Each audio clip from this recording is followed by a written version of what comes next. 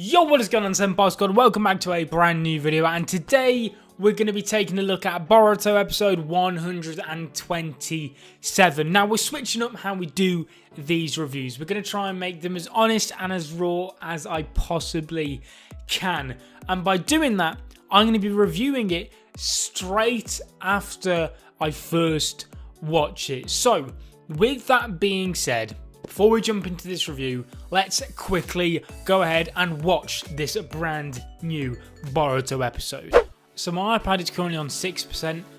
I probably should have been a little bit more prepared before jumping into this, but just how I do it. I want to see what Boruto's reaction to Jiraiya is going to be like. Oh, I forgot we had a brand new opening.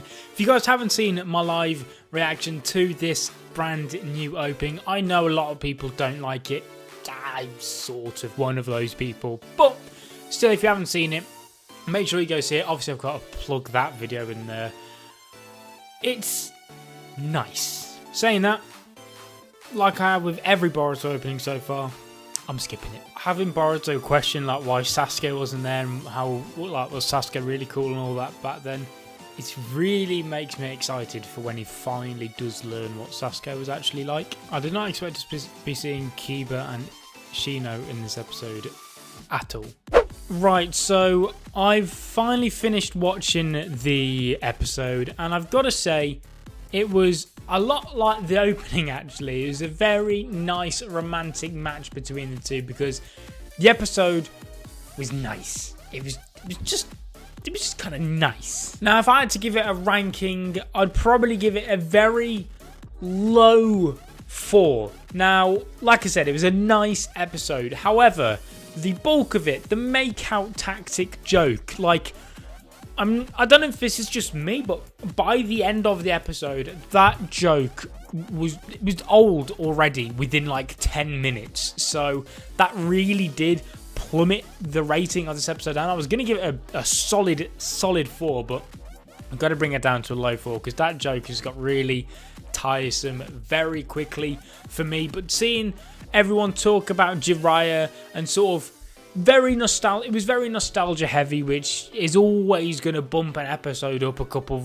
rankings or whatnot, but it was nice. And I think the conversation between Boruto and Sasuke, as always, was fantastic. I mean, when you have those deep, just sort of like one-on-one conversations between Boruto and Sasuke, you know you're in for some good content. And Sasuke's answer to Boruto asking where he was in the photo, it was sort of annoying because obviously you don't get the full picture, but at the same time you don't really expect the full picture. So it was still a very witty and funny answer to the question, which in this episode, I suppose, is what you expect. So you guys know the drill already around here. We're going to jump into what you guys had to say, and unsurprisingly, but at the same time, sort of surprisingly to me, is that 50% of you guys actually went with a 5-star episode. Now, a lot of people really just adored this episode. Like I said, the make-out tactics joke, it got boring very, very fast for me. But if you have a look at what some of you guys had to say, so Eternal Strike Gaming says it was a 5-star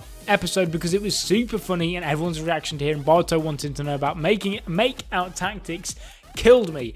And that seems to be where I differ from everybody else because, God, I did not like it. True G says Sasuke telling Boruto not to ask him about makeout tactics was 10 out of 10. Again, am I not on the same wavelength as everyone else? To be honest, Sasuke's it was a bit different with Sasuke because obviously it had reference again to the Family Day arc, which this episode actually referenced a lot, which was nice. But obviously Sasuke's relationship with makeout tactics isn't the best after Kakashi's advice from the Parent and Child Family Day arc. So it does make sense as to why Sasuke would not want to talk about that novel whatsoever. I wanted to bring up this comment from the King of Games because it offers a different perspective of some of the fanbase's opinions, as he says that this was a wholesome, funny episode with a lot of nostalgia, but there was an issue, mainly me wanting to get back to the main plot with Urashiki or a Boruto training arc. They foreshadowed the boyhood arc, and I'm ambivalent towards the boyhood arc personally, but a bunch of people are excited about it.